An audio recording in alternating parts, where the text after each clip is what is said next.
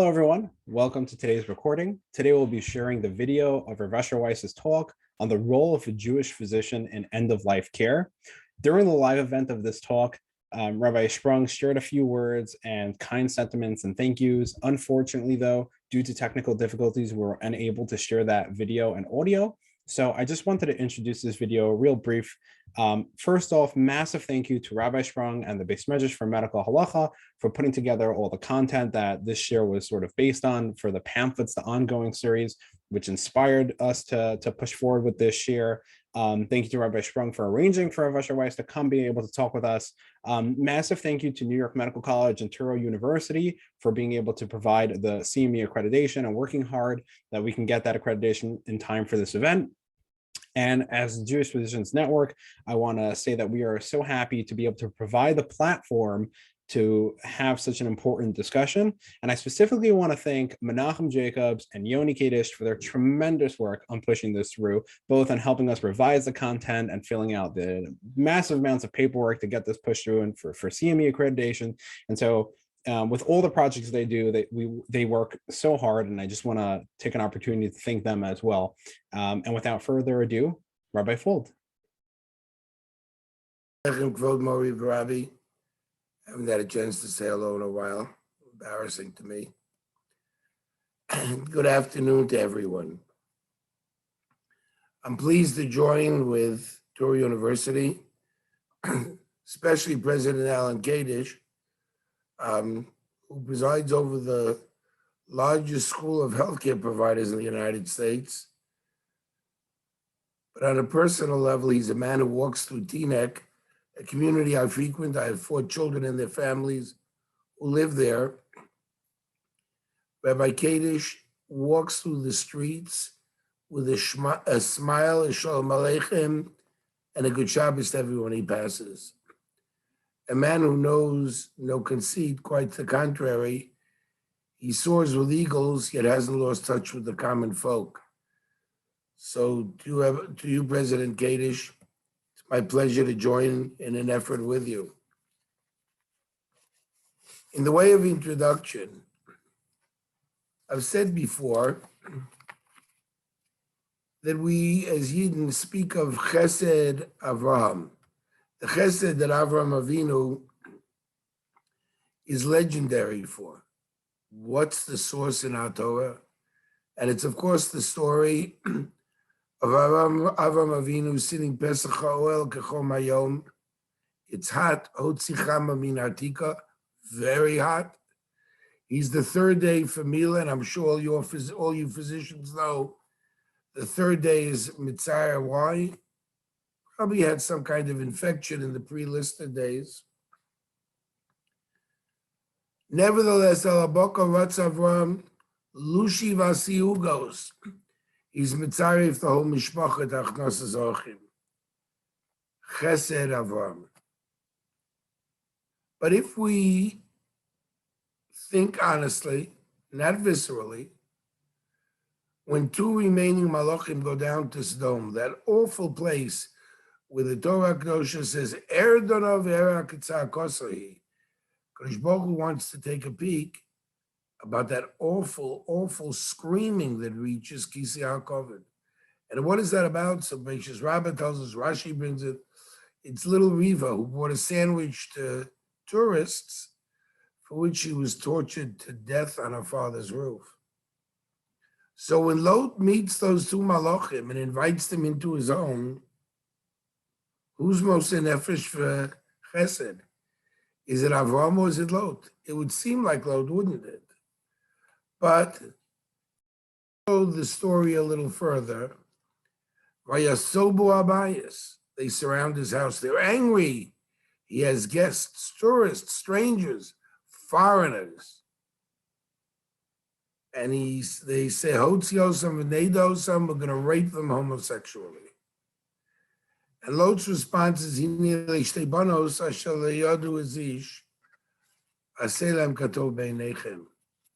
party on my virgin daughters. How awful. At this point, we notice that something's gone awry. The truth, Yidna Mesa Nefesh for only 3 Averas, barring Shah Shmad, no other ones. This mandated Lot taking out 20 shekel, saying, go to the next village, buy a plate of hummus on me. Here, you won't be welcome. They don't like strangers. He didn't do that. How come? Quick in its simple, superficial analysis. Avram Avinu was B'kayim Kol HaTorah Kula. How come? There's Shulchan Aruch on his dining room table. He knew halacha and what halacha mandated. Lot lived by Fetter Avram, by Uncle Abe, for some 15 years, was impressed. Attend Pasuach Lirvacha. The center of civilization was Avram Avinu's home. He was the one who made the world turn on an ethical, on a moral, on a civilized level. Lot was impressed by it and wanted to redo it, but Lot did it viscerally. Lot did it from his heart. He didn't have a Shulchan Aruch. He didn't have a Meirah that he could pick up his cell phone and ask a Shailin Halacha to. That's why no one ever applauds Chesed Lot. Quite the contrary, we invalidate it. I want to suggest to you, as Chatoy and Imaskir Ayom, and I tell it to you because it was a nightmare of my life. My father, Lashom, had a whole bunch of CVAs. The last 2 weeks of his life, he no longer was with us in terms of consciousness. The last night I was with him, his blood pressure began to drop radically. It was clear we're separating now. And it was equally clear that I don't want that to happen. So there was a syringe of epinephrine in the room, and I squirted it into my father's IV. It raised the cascading blood pressure, the falling, collapsing blood pressure. And he lived another 3-4 hours, and then we parted. Did I have a right to do that? Was I creating more time for my father, or was I elongating and prolonging his pain and suffering departing this world? A very, very difficult thing. It was 3 a.m. There was no one I could pick up the phone to. And I'm not sure that that isn't still in Aveira today. So at the end of the day, what I want to suggest is, with the radical new technology that medicine has brought to play, one needs to be very careful confronting the shilas of technology. When do we intervene? How much do we intervene? What is appropriate intervention and what is not? And I have to tell you, every generation has its lighthouse, its posek, the one who anchors Torah's Moshe in its generation. In this generation, we're gebenched to have Mori Rabbi Rav Asher Weiss Shlita, a man who really needs no introduction, but a man who clearly enjoys the title Harav Agon because he deserves that. His Torah is vast, but his Chochmah in Refuah specifically is also vast. The Beis Medresh Kavor that Rabbi Sprague and I collaborated in establishing at the Technion, where medical students learn in Beis Medresh as well as going to medical school, is now being dramatically expanded. The important thing, the Nasi of the Beis Medresh is a Ravai Shlita. Everyone who's been to Yerushalayim and everyone who has contact with Yerushalayim, even not being there, knows of the Rosh Yeshiva being in Av Bezdin and Rosh Yeshiva and Rosh Kolel. He's the posek for all of Shaarei Tzedek Hospital. The shilas that have come up there are monumental. We cross wild lines, and we always have access to Rav Asher Weiss, who carefully and didactically puts Torah together with Mada and comes up with what ought we do. Rosh is one of the poskim of our generation, but I'm proud that our lab, this PGD lab, the pre-implantation genetic diagnosis, enjoys access to the Rav, and that he's the one who paskins halachas so that everything is done b'siyat Torah. Rav Asher is a legend in his own time. He's a man who's touched people the entire spectrum from right to left. He's a man sh'drachav darchei noam. I don't think anyone can claim that Achil Hashem came out of his doings. So it's with a great deal of pleasure that I suggest I present before you Kvod Rav Agon Rav Asher Weiss Shlita, and I think we can look forward to a share that'll be most inspiring.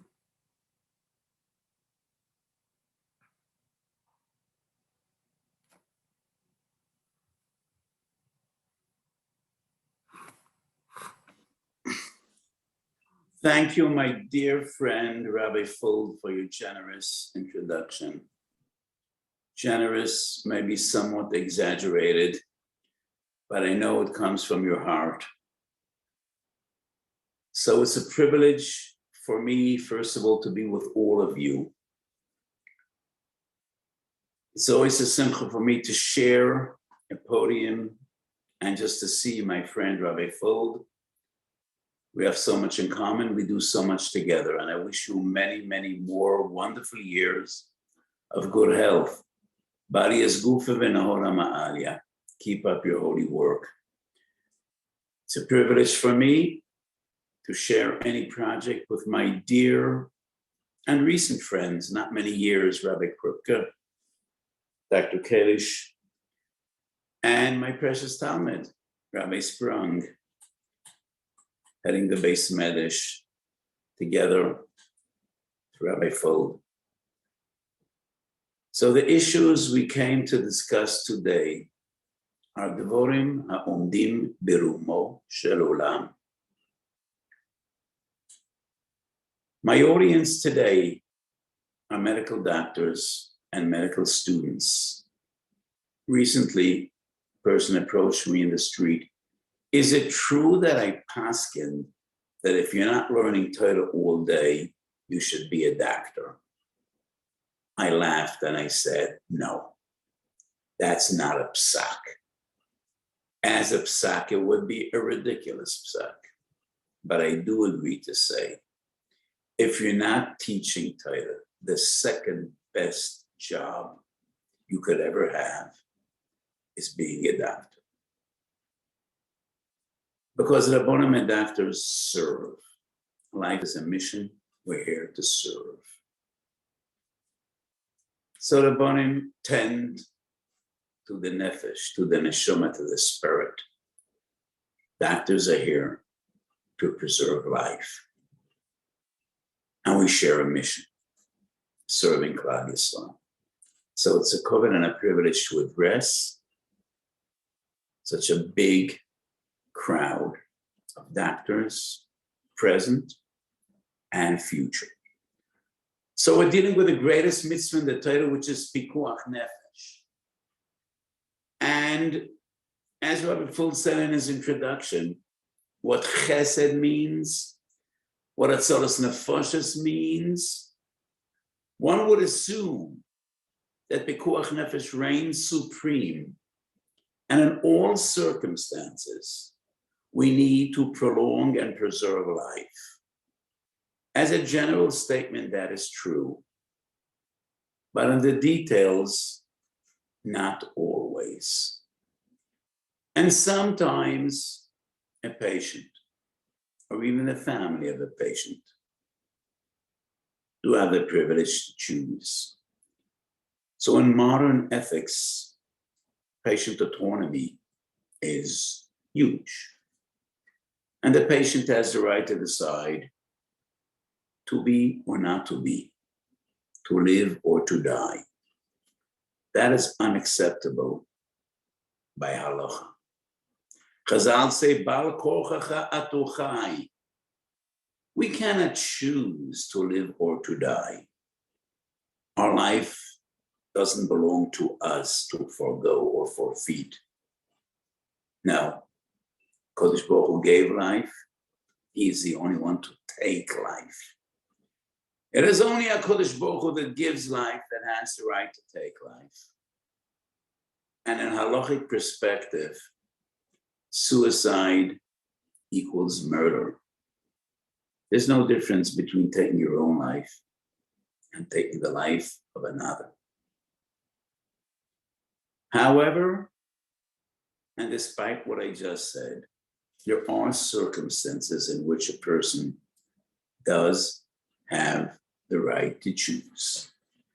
And in modern medicine in our time, more than ever before, these questions come up all the time. With the advance of medicine and technology, we have far more means and tools at our disposal than we ever had before to prolong life. And therefore, we are confronted with painful choices and painful questions. When people are extremely of old age, suffering, in pain, terminally ill, chronically ill, do we always need to preserve and prolong life? We find a definition in Chazal, Chaye Shah. That means life, literally translated, loosely translated, it is life that is limited. Life is always limited. No one is here forever. But we do find a concept, Chaye Shah, twice in Shas. Yom HaPeya, Yom HaDalef. The Gemara says, we are to violate Shabbos, even for Chaye Shah. Rashi writes, Chaye Shah Yoim O Yomayim. Person is terminally ill. We know he's approaching the end of the line. He might have a day, he might have 2 days. Would we still violate Shabbos to prolong his life? And the Gemara says, yes. Interesting Meiri. The Meiri says, because in one moment, a person could salvage a lifetime. He could do tshuva. Does this Meiri have any practical halachic implication? And what if he's not from? Very unlikely he'll do tshuva. What is if he is barely conscious or unconscious?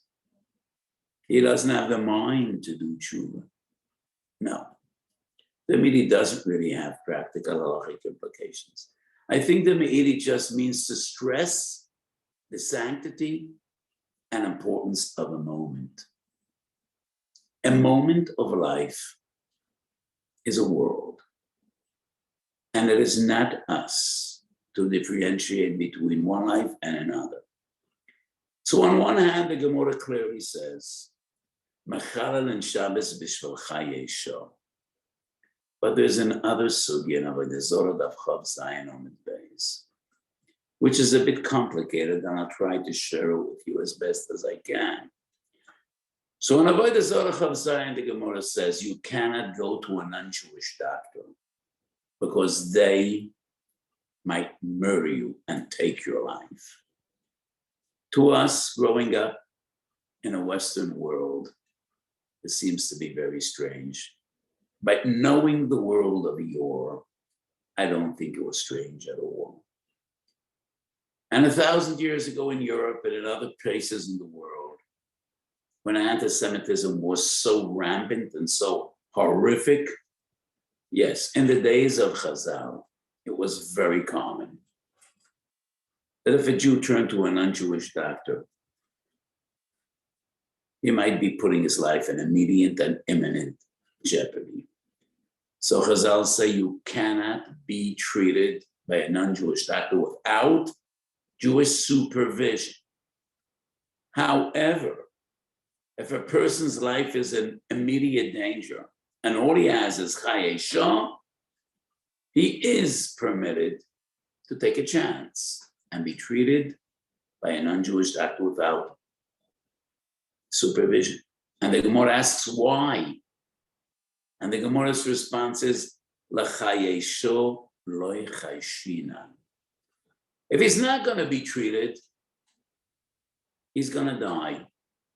And therefore, he is entitled, not only entitled, but obliged to put his life in immediate danger in order to try to achieve a cure. Because Sheval Taisa means he's going to die in a short while.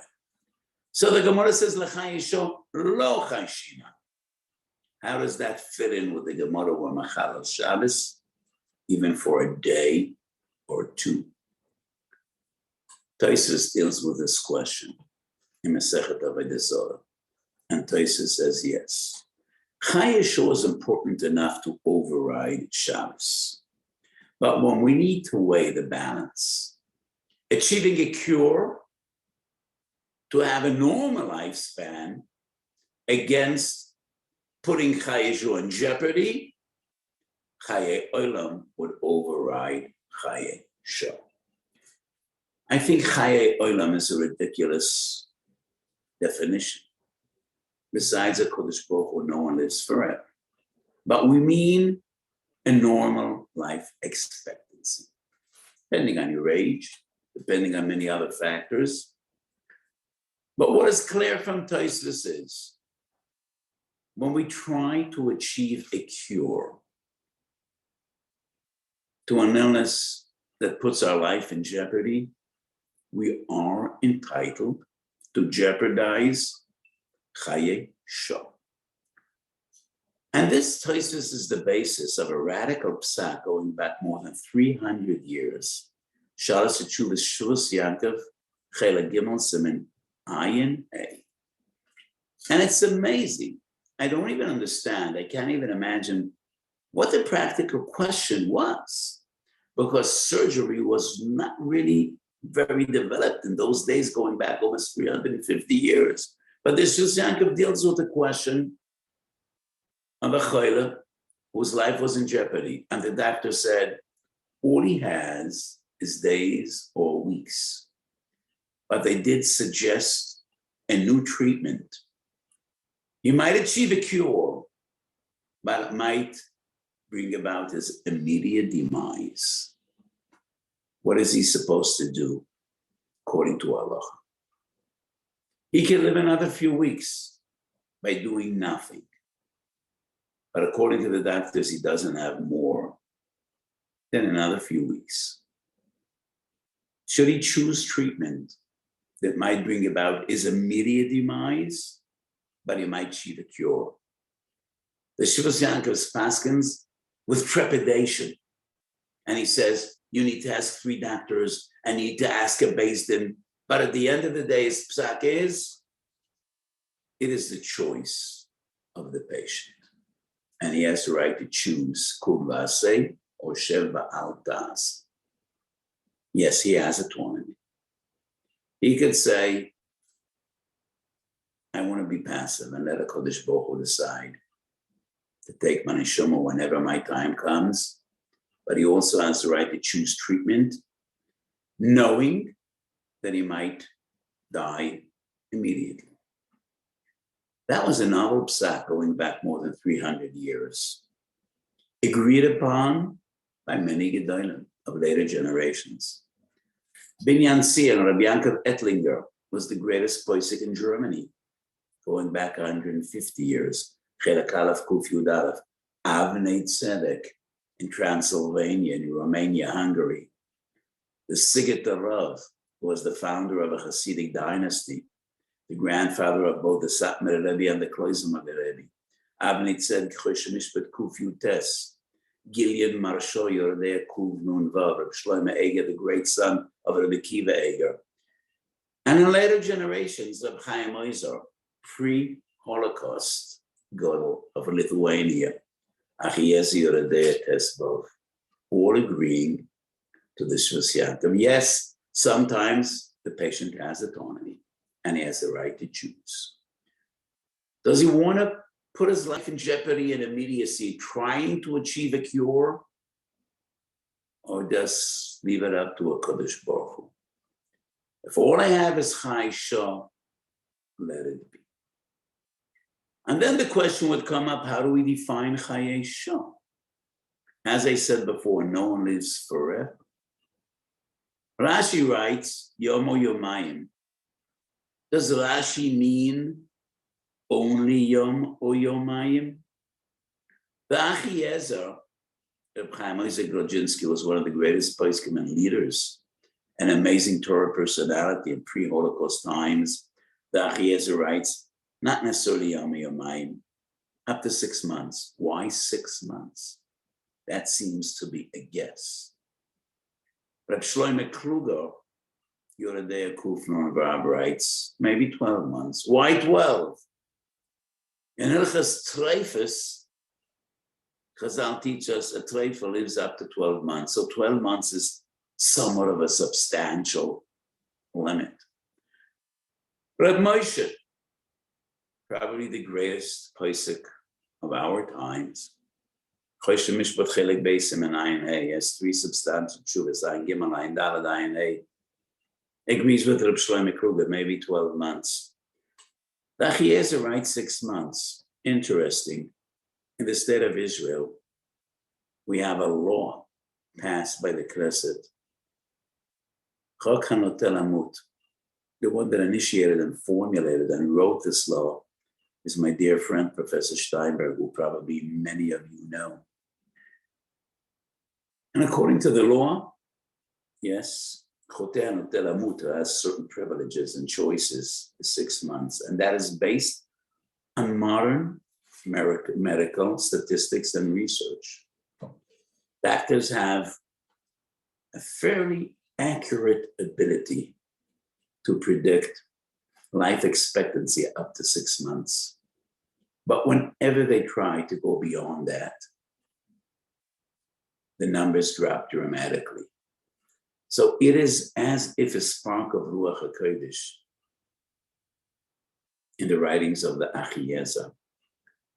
It is difficult to define Chai Shah. Some Gedolim write, doesn't depend on time. They use a definition in Lashon Kodesh, misnavein v'hoilech, which means his illness is progressive and ultimately would bring about his demise.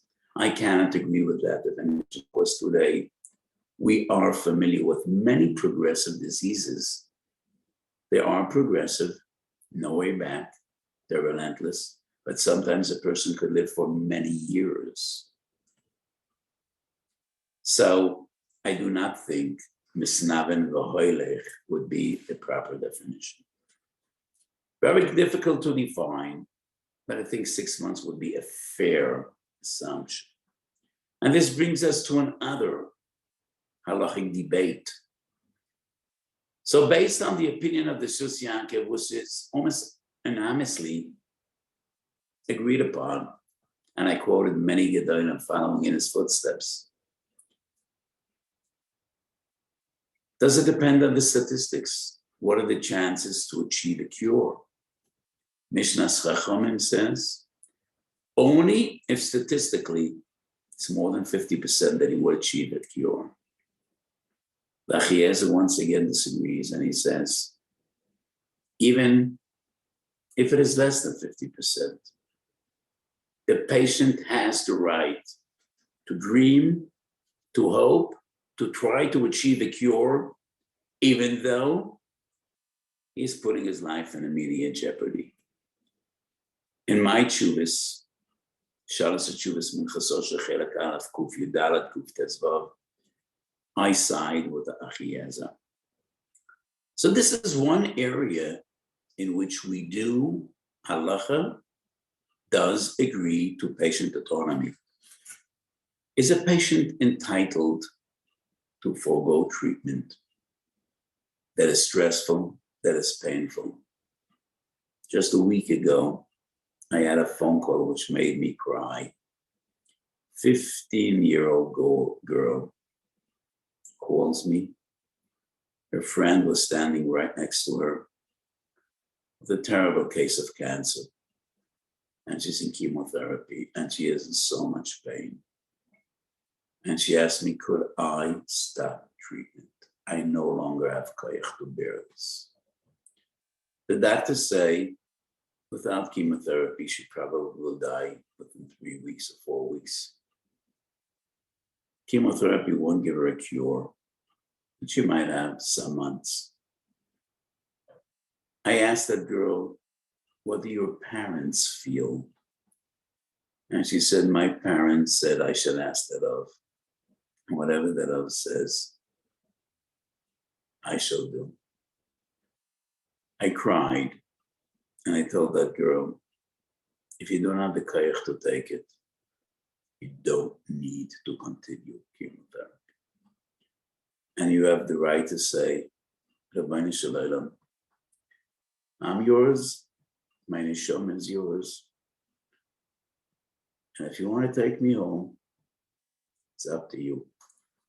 I apologize for becoming emotional, but I'm choking right now when I just remember that phone call. And this is a psak I gave many times, but not many times to a 15-year-old girl. 15-year-old girls should be playing with their friends, not dying in a cancer ward. But those are the ways of a Kodesh Baruch Hu. And we never question his judgment.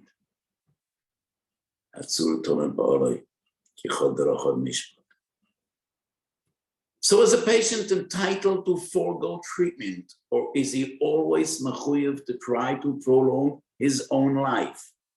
The Magen Avram, Shin Chav Ches Yif Kotten Vav, Tshuvas Radbaz Chelik Gimel Tov Mem Daled. They say a person has no right not to go for treatment, but they deal with a totally different question that has nothing to do with our discussion. They're dealing with a Chodesh Yesh V'Sakana that either needs to eat Yom Kippur, or he needs to be Machana Shabbos, or he needs to eat treif food. And he wants to be Frum. And he says, I am willing to jeopardize my life, and I don't want to be Machana Shabbos or eat non-kosher food. Magen Avram says, that is a sin. His mitzvah is to preserve his life. And when we say Pekuach Nefesh Doicha Shabbos, that it's not only permissible, but it is mandatory. That's a chiyuv. So it has nothing to do with our discussion. Rabbi Yankov Emden in Moir Uktzio, Seifan Shechanoch Orachaim, Shin Chof Ches, says, if a patient doesn't believe in the efficiency and the effectiveness of a certain treatment, we would not impose the treatment on him. And he has the right to say, I don't believe in this treatment, and I'm not going for it. That Rabbi Yankov Emden is no longer relevant. Rabbi Yankov Emden's psak is based on an assumption, excuse me for using such simple language, on the assumption that doctors don't really know what they're talking about. That is Rabbi Yankov Emden's fundamental assumption. And he quotes the Ibn Ezra going back 900 years. The doctors only know what they see, but they don't know what's under your skin. Rabbi Yankov Emden, the Ibn Ezra was the greatest physician going back 900 years. And obviously he knew what he was talking about, but that was back then, when doctors really didn't have technology, they didn't have the means. So according to Ibn Ezra, the only things doctors could really treat is a skin rash, what they see, or a toothache. We're living in different times, my friends. And as you all know, well, doctors know a great deal of what's under our skin and what's in our internal organs. So this Maritzu is no longer relevant. But nevertheless, three of the greatest Gedolim in our generation. And many times, when we ask a fundamental question, is halacha live? Is it vibrant? Do we have chidushim in halacha? I think this psak is an unbelievable chidush, because it is not based on any early sources. But Reb Moshe, the Tshuvas I mentioned, Reb Shlomo Zalman, as quoted in Shulchan Shlomo and Yonah Refuah. And the stipler was not really known as a posek. He was one of the greatest lamdonim, one of the greatest tzaddikim and gedolim of our time. And today, we will malave his great son, Beis Medresh, Rav Chaim. So the stipler was Rav Chaim's father.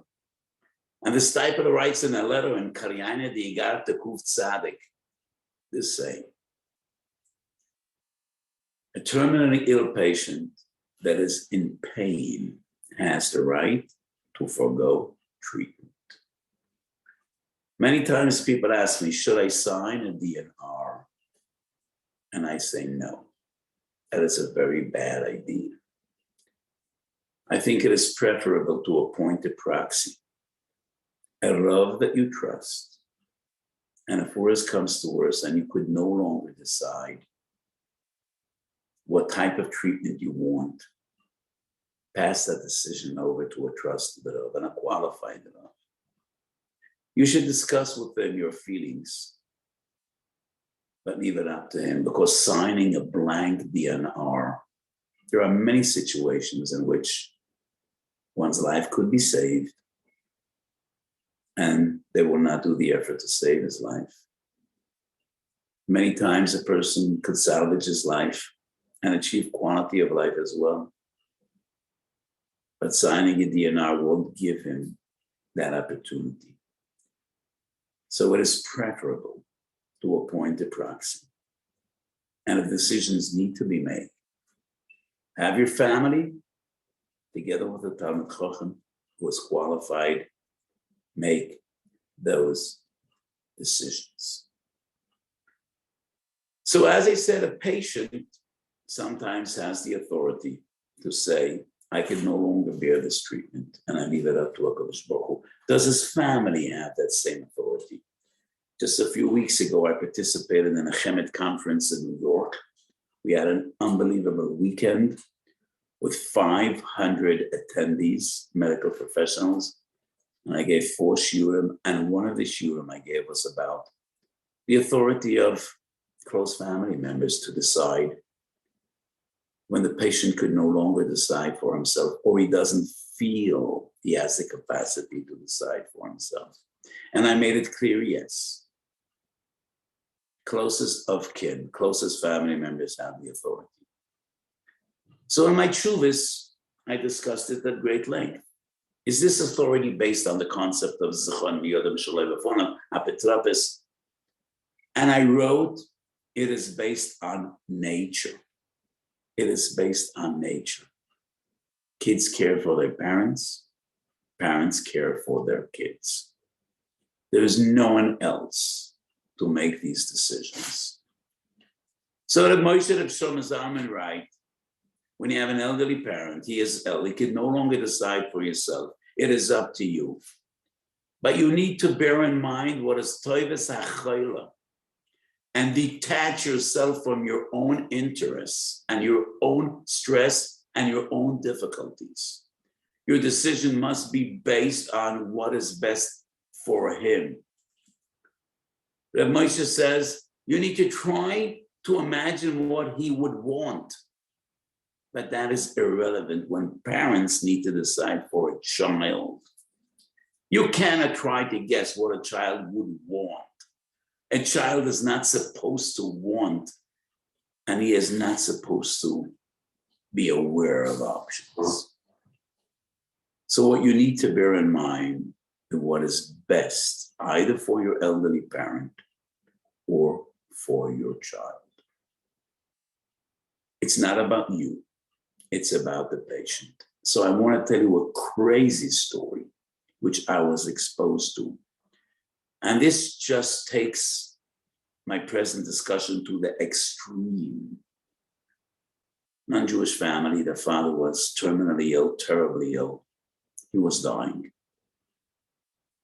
And the apotropos, the family, told the doctors, do everything you can to prolong his life. Resuscitation, intubation, do everything. And the doctors were shocked. And they said, you're a modern liberal family. why do you want to do this to your elderly father? They were embarrassed to say, like they planned a vacation 6 months in advance. And they wanted to leave to the Bahamas, and they didn't want their dying father to shatter and disturb their vacation. So they asked the doctors, just keep him going, whatever it takes. Crazy story. But I just want to make stress and bring home the point. You have authority, but you cannot abuse that authority. And your authority is to decide what is the best for the patient. So my general psak is, and I have these shilas almost every day, intubate or not to intubate. And I say you intubate if there's a chance to extubate. So when a person no longer has functioning lungs, we could intubate, but there's no chance to extubate. And there's no mitzvah just pumping oxygen into his lungs, causing extreme pain and needing to sedate him just to prolong his death. Resuscitate or not to resuscitate. Resuscitation and intubation is important and is called for. But there's a chance to bring him back. You're not going to make him young again. You might not be able to give him great quality of life. But you could get him over the hurdle. He has pneumonia. He could be treated with antibiotics. You intubate, we hope to extubate. His heart stopped beating by shock. Might be a car accident. There might be infection. He could be treated.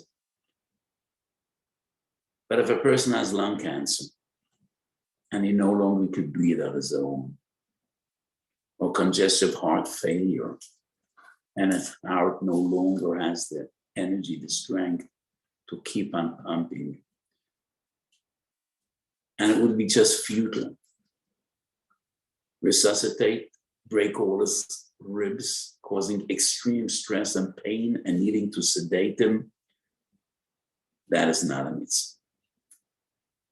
So we are to intubate if there's a chance to extubate. We need to do resuscitation if there's a chance that his heart could keep on beating on its own.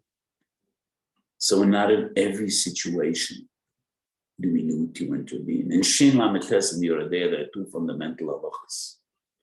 And they seem to contradict one another. One halacha is you need to preserve life and do everything you can to prolong life. And the other halacha is if a person is a geises, we do nothing to prolong the gesisa. Let him go. We don't have a clear halachic definition of what is a geises. Poskim don't discuss this question. We have the tools to define what is a chodesh yesh b'sakana, what is a chodesh she'ein b'sakana. There are no clear halachic definitions of what is a geises. But we do have halacha in Yoredeh Shin and Mites, ein marichin. We do not prolong the season.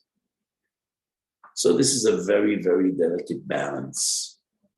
But sometimes,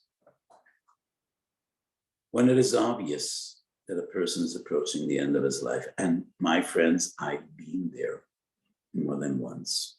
I've been there with my elderly parents. My father passed away at the age of 89, 6.5 years ago. I'm still in a Shnas Evel. My mother passed away 3 months ago. It's almost 5 months by now. So I've been there. My wife passed away when she was 60. And she had lung cancer. And it was so obvious to me, just to ease her pain. And I asked the doctors to give her morphine. And I was aware maybe we're shortening her life. Maybe yes, maybe no, we would never know. But it was clear to me. And I know that was the Moshe's psak in cases I personally know about. When a patient is in extreme pain, you need to ease his pain and you need to make them more comfortable. So this is a very, very delicate line to walk. So terminal sedation is murder. You never sedate a person to end his life. That is something we don't do, but we do try to ease one's pain. And I know that this is a very delicate balance. Never would we actively bring about a person's demise, no matter how sick he or she might be. We don't shorten intentionally one's life, never. And that is why we don't pull the plug. But we are not always machuyev to prolong life. And sometimes we just sit back and tell HaKadosh Baruch Hu, Shem Nosan, Hashem Yikach, and not only Hashem Lokach. Sometimes we just lift our eyes to the heavens and say, Rabbeinu Shalom, from this point on, it's up to you. Many times I'm asked by doctors in their profession, they are required to participate directly or indirectly in procedures that might not be halachically compatible. Nurses or an anesthesiologist who has to administer anesthesia for an abortion, terminating a pregnancy, which is not permissibly al pi halacha. So if you could try to get out of these situations, do your best. If you can't get out of this situation, then you're just administering anesthesia. That would not be defined as a mesayeh. Maybe indirectly, you're part of the process. You do not need to lose your license in a situation like that. So I discussed some of the dilemmas, some of the issues that come up in the broad spectrum of end of life issues. I wish you all siyata d'shmaya. We should always, Kadosh Baruch should be with us. Shalom lekoshel v'dvar halacha. We are here to enhance life, prolong life, preserve life, because life is more precious than anything else. The Rambam at the end of Perek Aleph of Mila, at the end of the first Perek of Hilchos Mila, the Rambam writes, I don't see myself as there. The Rambam explains the halacha. When a child's life might be in jeopardy, we will postpone circumcision. We don't do Mila. And the Rambam writes, Pikuach nefesh doichi kol ha-mitzvahs. Ef shalom aliyach man. Aval nefesh odom yisol she'ovad ef shar lahachziro. That's an amazing addition. And many achronim wonder, why does the Rambam write that? And I think that's just the Rambam's profound insight. Why is it that Pikuach Nefesh overrides any other mitzvah? Nothing is final in this world besides death. Any mitzvah, and when it's not this mitzvah, it will be other mitzvahs. But when a person's life is lost, no one can bring it back. Only HaKadosh Baruch Hu b'tchiyas hamesim. So my bracha to all of you, the active doctors and the future doctors, we should all have the schus to serve HaKadosh Baruch Hu, preserve life, prolong life, enhance life. And we should share our efforts. L'aseh ritzon Hashem. Bring peace to the world. U'lekadosh Shem Shemayim. Thank you for being with me. Rabbi Fogel, do you have any questions? First, I obviously wanted to thank the Rav for that unbelievable, wonderful share, informative. A few of the questions that were posed, which the Rav dealt with at the end, in general, I want to know if the Rav could address more specifically the roles of Frum physicians, For example, when a patient, the Rav spoke about DNR and appointing a family member, and instead of signing a DNR, what would a Frum physician do when you have or a trainee, a resident? How do you communicate that to the patients? If you met a patient who was ready to ask for physician-assisted suicide, which the Rav said is us, or what do you do? How do you deal with that situation? And again, sorry. Physicians today are faced with challenges we didn't even imagine a few years ago. End-of-life issues is only a small part of this unbelievable challenge. And I am asked every day by physicians about gender change and transgenders. So in America especially, if a child comes to you and asks for hormone blockers, you're not even allowed to share this information with the parent. What is a Frum doctor supposed to do if a Frum boy comes to him and says, yes, he wants to change his gender and he asks for treatment, and you can't even share this information with parents? So what are you supposed to do? Act in accordance to Halacha, or put your profession in jeopardy? So we are confronted today with challenges and shilas which we didn't dream will ever be relevant in the past. But I don't want to complicate matters, and I was asked to talk about end of life. So let's put transgender aside for another opportunity. Regarding end of life issues, I think you just need to give your patients options.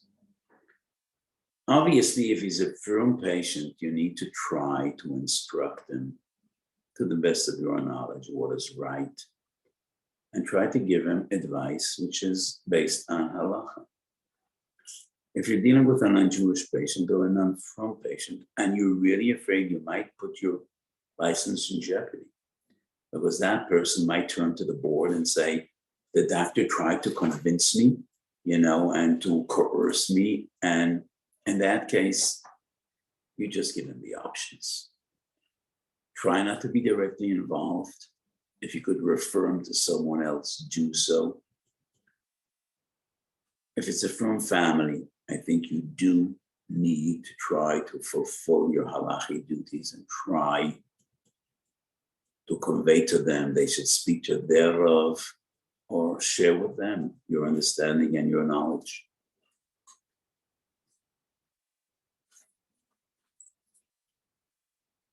I don't hear you. Sorry about that.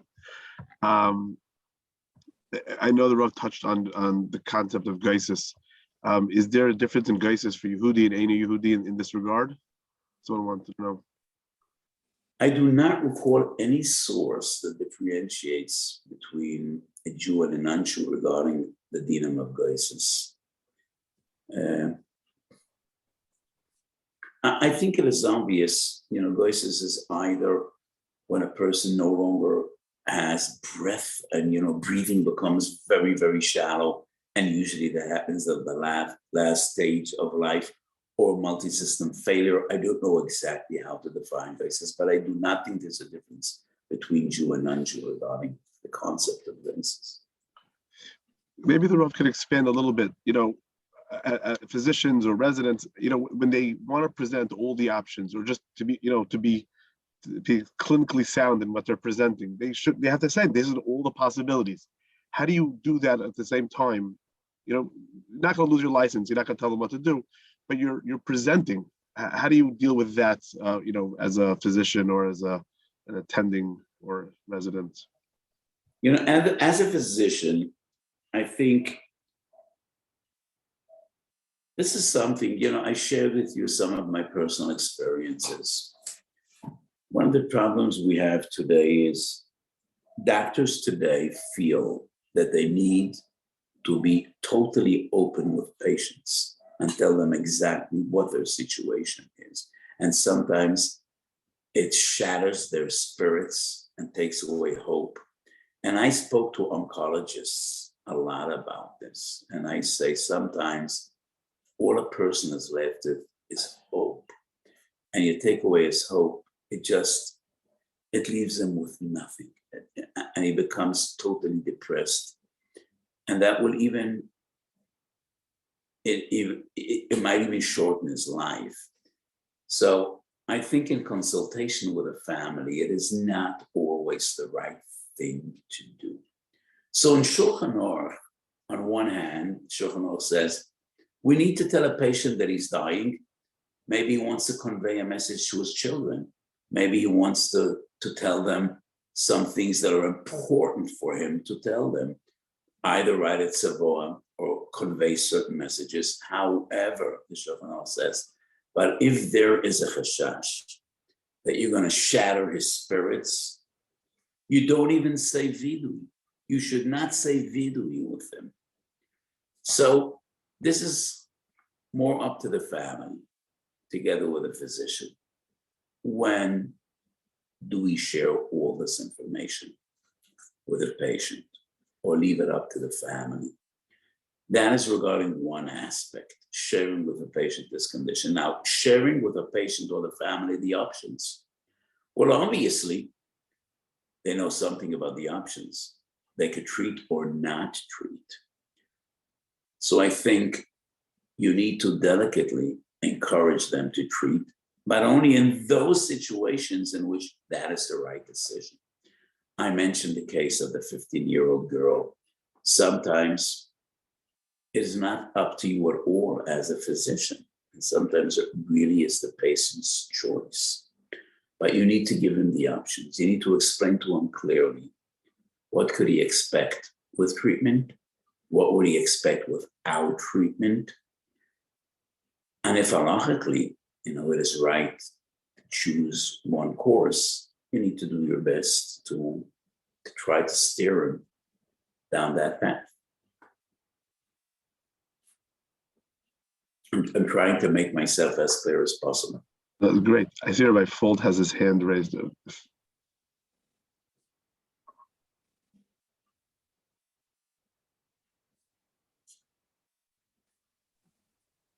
just want to underline one thing the Rav said. When he said that rather than DNR, one should have a family member present, that's so clear and so absolute. The mitzvah of kibbud av applies. How could a family member not be the Rosh Hamita? But I want you to understand the ramifications of DNR are that the nursing staff and the technicians quite often realize this patient has been tossed to tel hayeyosh, if you will. And the quality of care and the amount of bed sores, the amount of yisurim exponentially increase. DNR is a very dangerous order to sign. What the Rav said is so absolutely oisgehalten in what it looks like in the corridors of hospitals. One should think many times before such an order is ever issued. Rabbi Fold, thank you for the compliments and thank you for signing off on my psak. No. Just underlining it. Thank you. Do we have time for? We understand each other, my dear friend. Do we have time for a few more questions or follow-ups? We have time for one more. I apologize, but No problem. I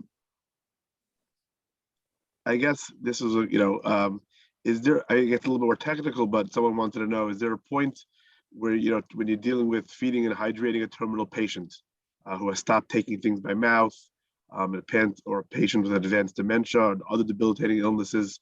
Is there a minimum amount they need to take? How do we, if they take less, feeding tubes? If I could address that type of question. Yes, these are, I mentioned before that technology is a blessing on one hand, but it brings forth so many questions and dilemmas. Life was far more simple in days of yore, and so was death. You didn't have many choices. So in modern ethics, there is what we call heroic measures. Would halacha accept, this type of definition? I think so. I think so. It is impossible to define what do we mean when we use the term heroic measures, but I think administering nutrition, hydration, oxygen, those are the basics. People die without food, they die without fluids, they die if they can't breathe. Those are usually not heroic measures. But what families sometimes aren't aware of, a person at the end of their life no longer digests food. Sometimes the digestive system would no longer process food. So you need to have trusted doctors and professional doctors and nurses caring for the patient. Generally speaking, yes, you need to hydrate patients up to the end, because not hydrating them would mean hastening their demise, their death. I mean, dehydration causes death. You need to use the classical means of supplying nourishment, which is either a peg or a feeding tube.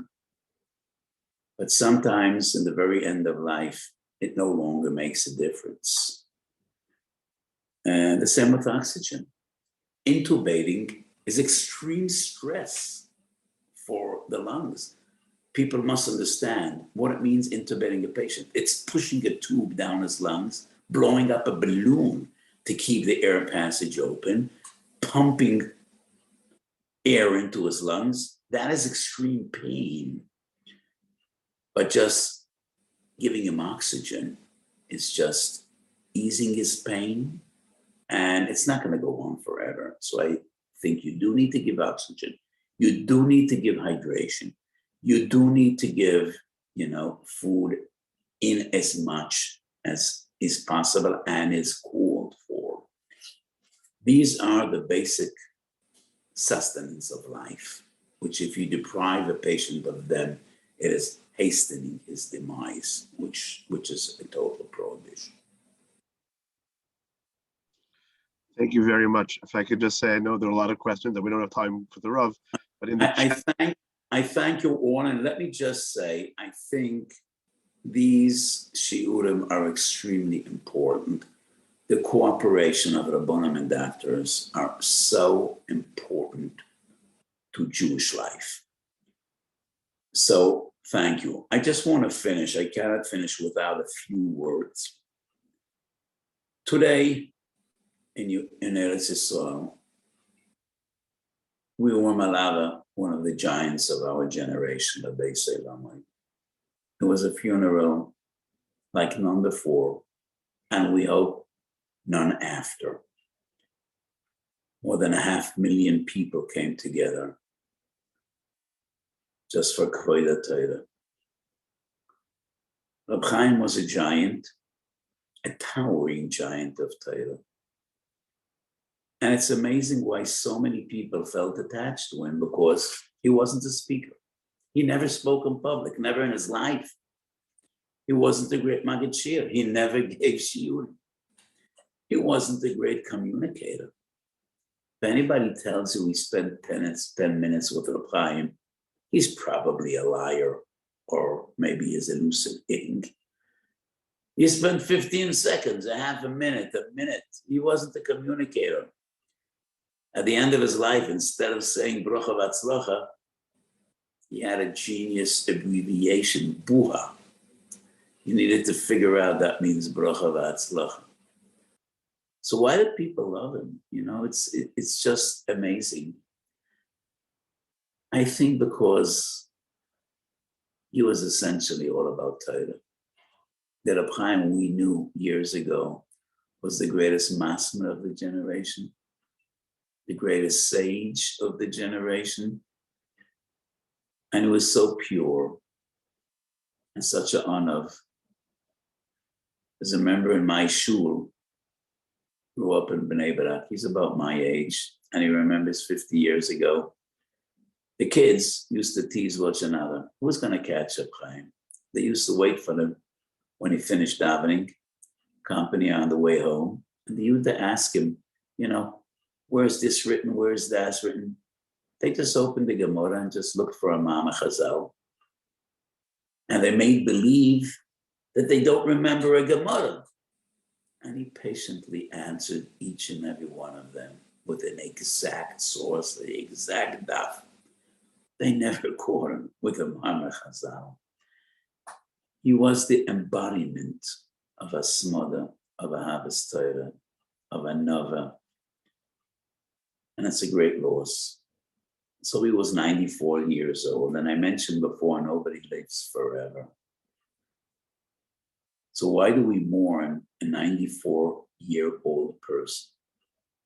Chazal say, Kosha silukim shel tzadikim kesreifas beis Elokeinu. When the Beis Medresh was destroyed, did anybody ask, how old was this building? 420 years old. Well, buildings don't stand forever. Why are you crying? You know, this is quite an old building. Because the Beis Medresh is not just a building. The Beis Medresh is where HaKadosh Baruch Hu dwells. And we expected the Beis Medresh to be forever. We know that Gedolim are human. We know that they can't be forever. But from our point of view, we would expect them to be forever. And it's always hard to part. It was hard to part from a Beis Medresh. It's hard to part from Torah giants that we love and admire. He should be a Melech Yosef for Klal Yisrael. We're going to learn his Torah for many, many years to come. He left an amazing Torah heritage. He should be a Melech Yosef. We should only know the Torah. So thank you all. We should all be Zeichel HaKadosh Shem Shemayim. Have a beautiful evening. I just want to thank the Rav, and I put in the chat, as the Rav pointed out, the synergy between doctors and Rabbanim. The Jewish Physicians Network has a link you can go to ask the Rav Shilas for Rabbi Sprung. So it's recommended for all the questions we didn't get to. If someone would like to put in, send in a question to Rabbi Sprung, that is a great place to submit your questions that we didn't get to today to ask the Rav. Thank you all. Thank you all. Thank you, Rabbi Fold. Bye.